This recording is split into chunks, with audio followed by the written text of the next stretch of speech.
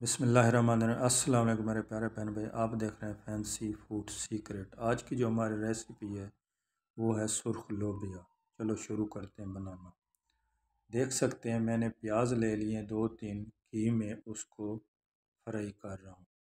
ठीक है, 2 प्याज 3, अपने लोबिया के हिसाब से आपने प्याज लेनी है। इसमें 1 चम्मच लहसुन अदरक ऐड कर दिया। इसको प्याज़ों के साथ 2-3 मिनट ज़रूर दिया करें। प्याज हमारे ब्राउन हो चुके हैं।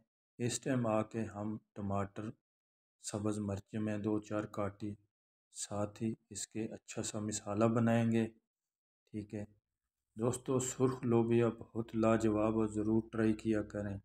मिसालों में हमारे जाएगा नमक, ज़ीरा पाउडर, धनिया पाउडर, हल्दी, ये सुर्ख मिर्च, ये मिसाले जाएंगे जो घर कम ज़्यादा आप कर सकते हैं अपने हिसाब से।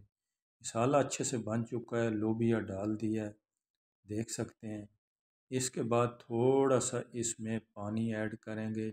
पानी वो ही ऐड करेंगे जिस पानी में मैंने लोबिया बॉयल किया था, दूसरा पानी इसमें नहीं जाएगा। ठीक है, देख सकते हैं।